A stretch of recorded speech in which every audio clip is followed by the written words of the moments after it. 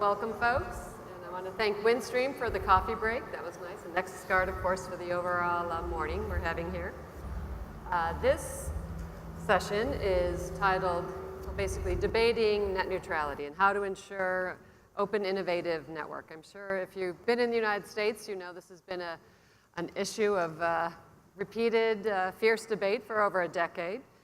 A year ago, the current administration, the current President Trump-appointed chairman of the FCC, reversed the classification of internet access as an information service, which is what it had been before. The prior administration, under the Obama administration, the FCC chairman had previously classified it as a common carrier service. In the US, that means, dating from the prior century of regulation of who owns the pipe, the common carrier service, you have to provide comparable services under the same pricing scheme. So you can't differentiate, you can't discriminate in pricing. As much of the US regulation happens, what often starts in the United States does attract a certain following. So we did see a number of countries around the world adopt a range of different net neutrality regulations. So we're here to discuss that, kind of debate it. I think you guys had John Strand, who has his own company, introduced, as well as Dave Schaeffer, who started his own company 20 years ago this August, so that's quite a milestone. So they have differing views on net neutrality, so hopefully we're going to have an interesting discussion. So let me start with Dave, who's actually an internet service provider and a proponent of net neutrality. Your website says you support net neutrality. Cogent does not engage in blocking, throttling, or paid prioritization. Why is it in your company's interest to have internet service regulated as a common carrier service? So the internet began as an overlay network. It was a network that had no application in mind and allowed existing networks to be utilized. For a long time, the internet existed in an environment where there was no regulation. As users began to increase the use of the internet and the applications they were using, that began to overload the access pipes. The access networks began to exert monopoly control, attempting to try to charge a terminating fee to reach their customers. We are a strong proponent of any business model that increases utilization of the internet, increases bit utilization, and increases functionality for customers. We are a proponent of an open internet because it is the most ubiquitous network, it is the lowest cost network, and it is the network that allows new innovation and new applications to flourish. Now, the current access networks are struggling as they were not designed to carry the internet. Unfortunately, regulators did not have a great number of tools to enforce the basic principles of net neutrality. No blocking, no throttling, no paid prioritization, and adequate interconnection to the greater internet. Those four pillars have been in place since 2000 under a Republican administration. After 3 attempts by the FCC to enforce those rules, reluctantly in 2015, the FCC adopted the Open Internet Order. It applied the legacy common carrier regulations and then immediately suspended all portions of those regulations, only preserving the ability to enforce violations of those principles. And we think this even-handed and light touch was appropriate. Thank you, Dave. Now, John, I know you're not a reticent fellow. Do you agree with Dave's take that kind of regulation is needed? Dave is a nice guy, and he has created a fantastic company. And his company, he's defending his business case, and that's fair enough. His company is built on creating services on top of other companies' infrastructure, which they have invested in. And said it with a big smile, companies like Dave's, and that's also count for some of the big internet companies in this country, they're born with short arms and deep pockets. They want to minimize their cost of using other people's infrastructure. It's a little bit like when I was flying from Los Angeles out here. I would love to have have a trolley and go around in the plane and sell different beverage and food to these people on the plane and say, you know, hey, I want to compete with Delta and what they're doing, but I know that Delta make money in selling the ticket and they make money in selling the food. So let's go back and say net neutrality is not about a free internet. That is basically the way it's wrapped in to make it look good and feel good. This is about price control. This is about getting cheap access to infrastructure which other companies buys. And honestly, you can handle, if companies have a monopoly situation and they abuse these things, you can use the competition law. And competition law is fantastic. And when Ajit Pai moved the responsibility away from FCC to FTC, he did something was so fantastic, because if you look at the toolbox of FTC, the competition authorities, it's bigger and much more effective than the one FCC ever have had and ever will get. Let me come with an example. If you bought a Volkswagen in America with a diesel engine, after the diesel scandal, you could go down to your Volkswagen dealer, give him the keys, get your money back. That costed Volkswagen $22 billion. If you're a European and you had exactly the same car, and in Europe we have net neutrality regulations and we have competition authorities like you have in America, you could go down to your Volkswagen dealer and say, what can I do with my car? I don't know, keep it, nothing. I can offer you a software upgrade, okay? So the difference between America and Europe is that you actually have a fantastic authority to handle these things. So I think we have to put it into perspective, and we have been studying net neutrality rules across the world, 52 countries. We have a person in my company which did a PhD about net neutrality regulation. She had proved, that's Dr. Layton, she had proved that in those countries with hard net neutrality regulation, there is less innovation and less local-made apps than in those countries with no net neutrality regulation. And that's proven, that model had proven. There's no one of those who argue for hard net neutrality regulation which have proven that the medicine they want to write prescriptions on is working. And you can't use medicine which have not proven that it have an effect. Well, thank you, John. And let me ask Dave, you do operate in a number of other countries, and given your success and in growing Cogent, that's a great achievement. Do you sense any rollback in other countries that have adopted, U.S.-style net neutrality regulation, given this administration's, reclassification of internet access? So first of all, I do want to respond to 2 points that John made. And I think if he understood our business, he would understand that his statements were not accurate. We have our own facilities-based network. We have 90,000 miles of fiber that we have lit with over $1 billion worth of optronics. So we have a facilities-based network. We are not looking to ride someone else's network. We have paying customers who buy internet service, and we compete in a competitive market. Many customers, however, do not have a competitive alternative and are forced to buy in a monopolistic market. They pay their service providers with the knowledge and expectation of a quality of service. And some of those service providers have intentionally, over time, degraded the quality of the service. In a capitalist system, if there is competition, there is no business that can survive by intentionally selling a defective product. In a monopolistic environment where there is no regulatory oversight, that can occur. Now, to directly answer the question about environments in other countries, the US and the European regulators both have supported the basic principles of net neutrality.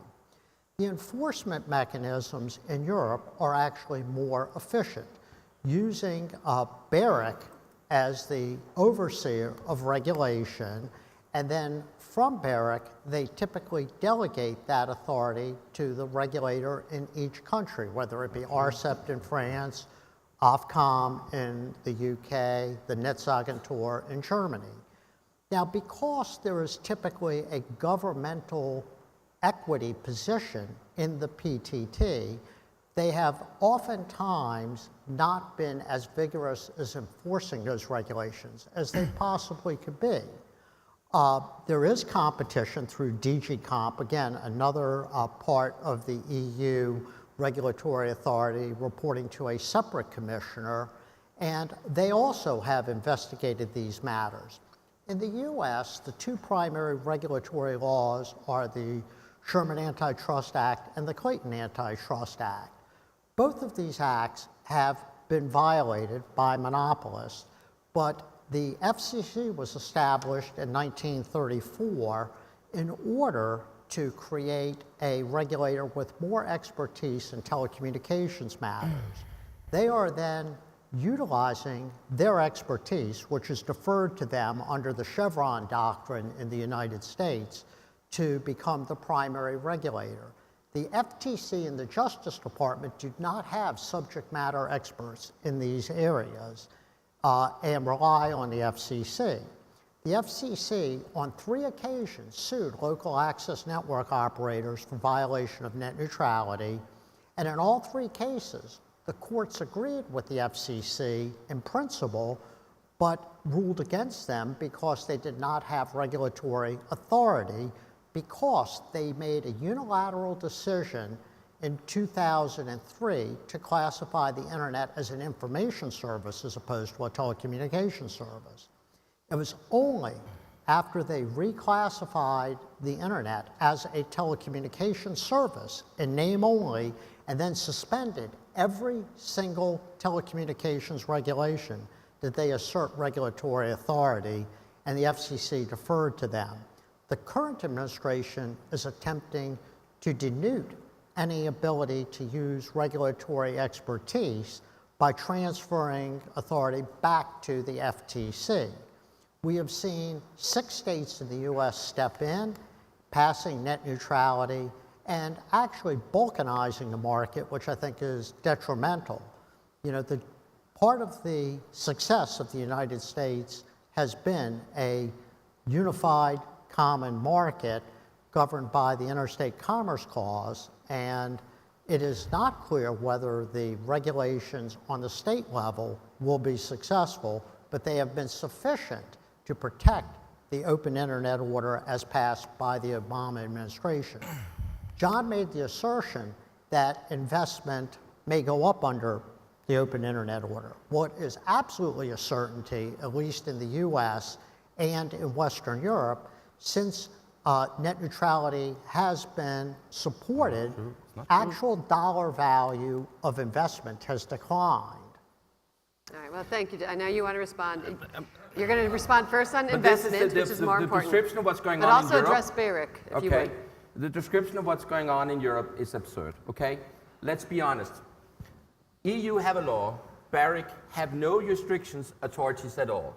BEREC have made a guidelines, and the guidelines say overinterpretate the law. That's correct. In the law, you have nothing about teetering, you have nothing about zero rating, and so on. The guidelines is not mandatory for the national regulators, okay? The national regulators can decide about they want to follow them, and they interpretate them and follow them in different ways in the different countries. So that's one thing. The second thing is, if you look at the cases being in Europe, they have been absurd. And basically, the regulators have lowered the court cases where there have been court cases. And we have some interesting cases on its way. If you say Europe is fantastic, I just want to look at facts. If you look at the investment per capita and household in Europe versus United States for the last 12 years, the American carriers have invested twice as much per household and capita as the European have done for the last 12 years. Twice as much, okay? I hear a lot of Americans talking about the grass is greener on the other side of the pond. I live on both sides of the pond. I have people work on both sides. I know the European Union. I was the one who tried to create transparency in BEREC, but they didn't want to give me access to the net neutrality working group's documents because I could not provide with the dates of the meetings, which were secret. I succeeded to find the dates because I wrote to the Norwegian regulators and said that employee was participating in the meetings. I want to have access to all his airline tickets and hotel bills from 2016, 17, and 18. And because of that, I could recap when he had been in Brussels to meetings, okay? So that's how we do transparency in Europe. And what about investment, John? Investment in Europe, let me say it very simple. America is on 5G, 1.5 to 2 years ahead of Europe. 3 years ago at Mobile World Congress, which I participated in for the first year, the European Union said we want to be the leader in 5G. 2 years ago, they said we tried to do a good job. Now we're not there even, okay? America is ahead all the way around. And the good thing, after the rollback net neutrality regulation in America, the internet is still working. It's amazing. Let's talk a moment on 5G, since Dave is an operator. So with 5G, at least with the use of the higher millimeter wave bands, there's supposed to be more capacity. And certainly there's been a lot of evolution in the wireline side too, with optical networking and SDN. Does this greater capacity in the network, does it take away some of the concern that regulators had about trying to manage congestion by prohibiting discriminatory pricing? If you could address that. And then as the corollary too, because you're an operator, paid prioritization, obviously that's one of the issues that's hotly debated. There's broad consensus, at least in the United States, that throttling and blocking are not helpful activities and should be banned in any kind of legislation or any kind of enforcement, whether it's the FTC or FCC. But paid prioritization has been an issue. And some would say that network slicing is a form of paid prioritization. So if you can address both network slicing and whether that's a benign use, if that's acceptable under the Cogent view of what's a good net neutrality approach, and as well as greater capacity coming online with 5G or optical networking. Sure. So the first point is I would differ with John. I think he's living in a reality distortion field in that there is no 5G operational in the United States today. Secondly, investment per capita is slightly higher in the US, but so is GDP per capita. In the US and in Europe, both regulators need to do more, and there is underinvestment in the internet. Service providers are struggling. Globally, service providers are seeing their revenue shrink due to the deflation of the internet. And are you using service providers as actually the carrier, the ISP, as opposed to the content provider? That is correct. Okay. The deliverer of networks. So the legacy networks were not designed to carry the internet. The internet is now an application on top of those networks that is making them deficient. 5G is an attempt for a mobile operator to increase throughput utilizing 3 tools: more frequency, more cell division, and higher modulation rates. While the IETF has not yet completed a final standard on 5G, there are early field trials underway. There are some carriers that allege 5G, which is really rebranded 4G. But there will be a 5G and a 6G and a 7G. Innovation is important. We are nowhere near approaching Shannon's limit. The cost to deliver a bit over a mobile network is 3 orders of magnitude greater than that to deliver it over a fixed line network. So consumers must pay different usage rates for those different services. We run a service provider. We're in the business of charging for services and making a profit for our shareholders. So we're not some kind of free good or service that is here as a public utility, but rather a for-profit company. 5G will substantially increase mobile capacity, but it will not be a substitute for fixed line services. Fixed line has historically been delivered using either ADSL over twisted pair or HFC plans. HFC plans have greater throughput, but even with DOCSIS 3.1, the amount of bandwidth that is capable on a 1 gigahertz digital system will be shared between an average of 175 end users in the US, where there's much higher cable penetration than there is in Europe.